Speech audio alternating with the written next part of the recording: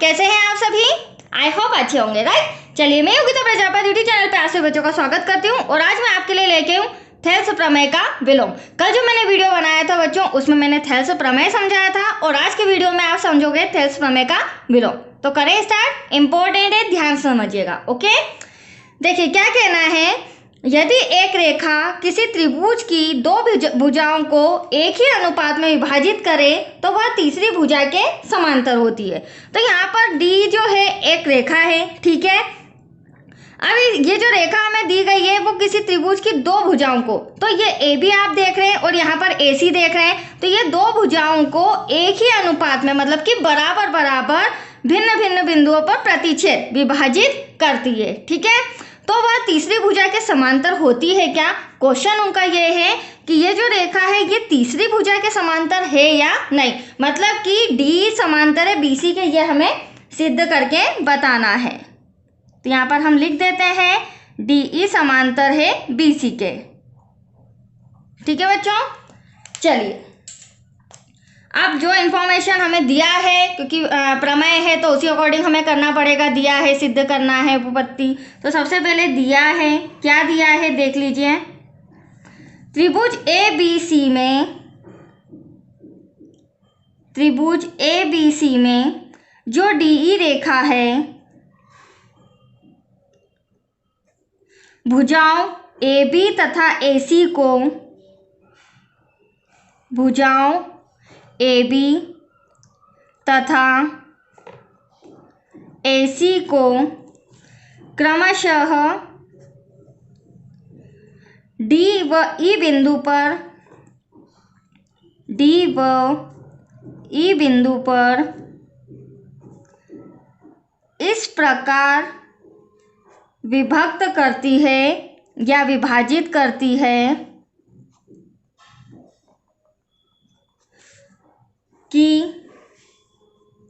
आप देख सकते हैं ड्रॉ के अंदर इस प्रकार विभाजित कर रही है दो बराबर दोनों कंडीशन में कि AD अपॉन में DB बराबर होना चाहिए या बराबर है AE अपॉन में EC के, ठीक है। तो यहाँ पर मैं दे रही हूँ समीकरण नंबर 1। आप ड्रॉ में देख भी सकते हैं, इस तरह से ये रेखा खींची गई है किसके समांतर? BC के समांतर, ठीक है। जो AD अपॉन में DB को बराबर बता रही है AE अपॉन में EC के। दैट्स क्लियर, यहाँ तक कोई डाउट बच्चों? चलिए, अब हमें क्या करना होगा? सेकेंड कंडीशन सिद्ध क्या करना है वो मैंने भी आपको बता ही दिया है। यहाँ लिख लेते हैं सिद्ध करना है हमें जो DE रेखा है क्या वो समांतर है BC के, ठीक है। अब चलिए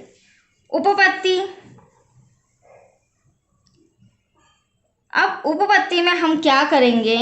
आप ड्रॉ में आ जाइए। देखिए बच्चों, यहाँ पर हम क्या करेंगे, मान लेते हैं हमने एक अलग से, हम मानते हैं कि जो DE है वो BC के समांतर नहीं है, ठीक है। सपोज हमने माना, लेकिन यहाँ पर मैं एक रेखा इस तरह से खींच रही हूँ जिसे नाम दे देती हूँ F, ठीक है। अब हम यहाँ पर मान लेते हैं जो DF रेखा है वो BC के समांतर है, ठीक है। इस तरह से हम मान के चलते। तो यहाँ उपपत्ति में हमें लिखना पड़ेगा माना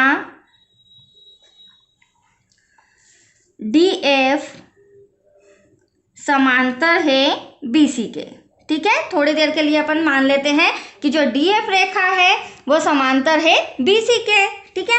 अब देखो सिंपल सी बात है, जो भी रेखा अदर तीसरी भुजा के समांतर होती है, आपने पहले भी थेल्स प्रमेय में पढ़ा है। थेल्स प्रमेय क्या होती है?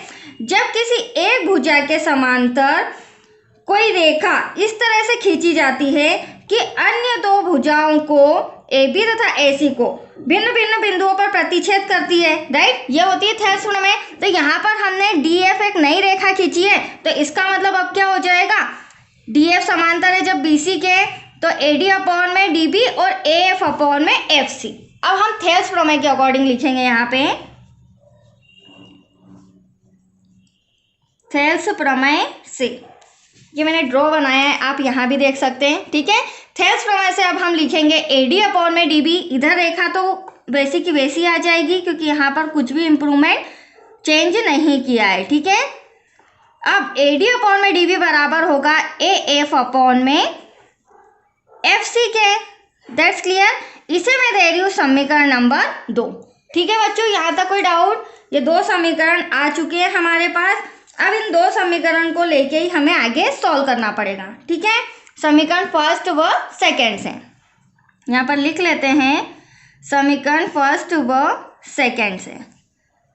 अब देखो यहाँ पर ध्यान से समझना, आप लोग देख रहे होंगे जो AD अपॉन में DB है, मतलब इधर वाली साइड AD अपॉन में DB इक्वेशन फर्स्ट में भी है, AD अपॉन में DB इक्वेशन सेकेंड में भी। ठीक है, तो हमें ये ना लिखते हुए इनकी प्लेस पर समीकरण 1 से ये लिखना है, और यहाँ पर AD अपॉन में DB के प्लेस पर समीकरण 1 से ये लिखना है। ठीक है, तो मैं आपके सामने लिख रही हूँ। समीकरण 1 से क्या हो जाएगा, AE अपॉन में EC बराबर है AF अपॉन में FC के। ठीक है, अब ये नई कंडीशन आपके सामने ही। अब हम क्या करेंगे बच्चों, इन दोनों पक्षों में 1 जोड़ेंगे। ठीक है, तो यहाँ पर मैं लिख लेती हूँ, यहाँ पर वंस मोर और रिटर्न कर लेते हैं। क्या नई कंडीशन बनी हमारे सामने, AE अपॉन में EC बराबर है AF अपॉन में FC के। ठीक है, अब यहाँ पर क्या लिखेंगे हम, दोनों पक्षों में 1 जोड़ने पर। ठीक है, अब देखिए जब हम 1 जोड़ेंगे तो क्या हो जाएगा, यहाँ पर किस तरह से, AE अपॉन में EC plus 1 equals to AF upon में FC प्लस 1। ठीक है, डिवाइड में कुछ नहीं है, 1 से 1 ले लेते हैं, क्रॉस मल्टीप्लिकेशन कर लेते हैं। राइट बच्चों, क्योंकि इसे में सॉल्व करना है। तो AE का 1 में करोगे तो AE प्लस EC का 1 में करोगे EC, डिवाइड में भी EC आ जाएगा आपका। राइट बच्चों, यहाँ भी क्रॉस मल्टीप्लिकेशन, तो यहाँ पर AF प्लस FC डिवाइड में 1 में करेंगे तो FC। अब आप देखिए ड्रॉ में, अब देखो बच्चों क्या कंडीशन आ रही है, AE प्लस EC।